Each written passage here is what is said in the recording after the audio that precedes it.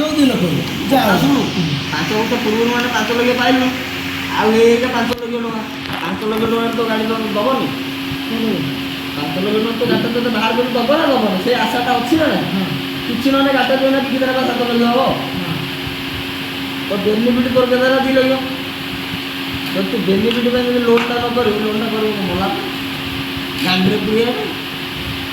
loan କରୁଛି ସେ ଆମର କ'ଣ ସେ ସୁଭଦ୍ରା କହିବା ମୋର ଦେଉଛି ମୋର ତେଲ ମଣିଆ 230 ତମେ ମାଗଣା ଖାଇବ ଆରେ ସବୁ ମାଗଣା ଖାଇବ ଖଟିବନି କହିବ ଆମେ ଖାଇବୁ କିଏ ପାଇଲେ ମୋର ଆମେ ପାଇଲେ ତ ପାଇଲେ ଦେବ କିଏ ପାଇଲେ ପାଇଲେ ସିଏ ରହୁଛି ଦିଆହବ ତାକୁ ବି ଦିଆହବ ଆଉ ଗୋଟେ କୁହାହେଲା ତମର ଯଦି ଅସୁବିଧା ଅଛି ତମେ କୁହ ଲିଷ୍ଟ କରିକି ଦିଅ କିଏ କିଏ ଅଛନ୍ତି ଆମେ ତାକୁ ବି ଦେବୁ ଆହୁରି ତମେ ନାଲି ଦେଖୁଛ ଟିକେ କଥା ଶୁଣୁ ତୋ ଭାଇ ତୋ ବିଲୁକୁ କେରେ କାଟିକି ଖାଇଲେ ତୋ ମନ ଯଦି ଦୁଃଖ ହେଲା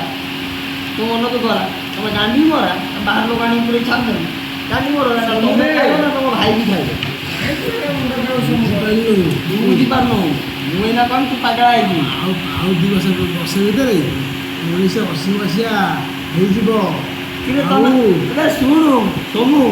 ତମର ଯେଉଁ ବିରି ମୁଗ ଯେଉଁ 5 ଏକର କରୁଥିଲ ଏଇଟା କେତେ କରୁଛ 2 ଏକର ମୋ କଥା ଶୁଣୁ ତୁ କରୁଛୁ 5 ଏକର ତୋ ଗାଁରେ ଯେଉଁ 15ଟା ମାନେ ଥିଲେ ଚାଷୀ ଥିଲେ 15ଟା ଚାଷୀ ସେଇ ଯେଉଁ ରେଟ୍ରେ କରୁଥିଲେ ସେଇ ରେଟ୍ରେ କରୁଛନ୍ତି କଥାଟା ବୁଝିପାରୁଛୁ ତୋ ଗାଁରେ କରୁଛନ୍ତି ତୋ ପଞ୍ଚାୟତରେ ସବୁ କରିପାରୁଛନ୍ତି ଆଗରୁ ଯେମିତି 1999 ମସିହାରେ ଯେମିତି ଚାଷ ହେଉଥିଲା ଏଇନା ସେଇ ଚାଷଟା ହେଉଛି ଏବେ ସୁବିଧା ହେଉଛି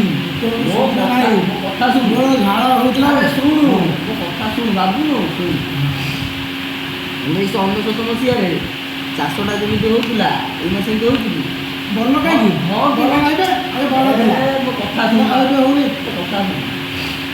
ହେଉଛି କି ହଉନି ହଁ କି ନା କହିବୁ ତାପରେ ମୁଁ ତୋତେ କହିଦେବି ଯଦି ହଉନି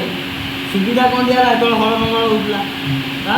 ସୁବିଧାରେ କରୁଥିଲ କିନ୍ତୁ ମଣିଷକୁ ଟିକେ କଷ୍ଟ ହେଉଥିଲା ହେଲା ମୋ କଥା ଶୁଣୁ ଏଇନା ଟ୍ରାକ୍ଟର ବାହାରିଲା ଟ୍ରାକ୍ଟର ତମେ ଶୁଣୁ ବଳଦ 2ଟା କିଣିଥିଲେ ତମର 40,000 ଟ୍ରାକ୍ଟରଟା କିଣିଲେ ତମକୁ ଏଇନା ପଡ଼ିଗଲା 15 ଲକ୍ଷ 10 ଲକ୍ଷ ଆଚ୍ଛା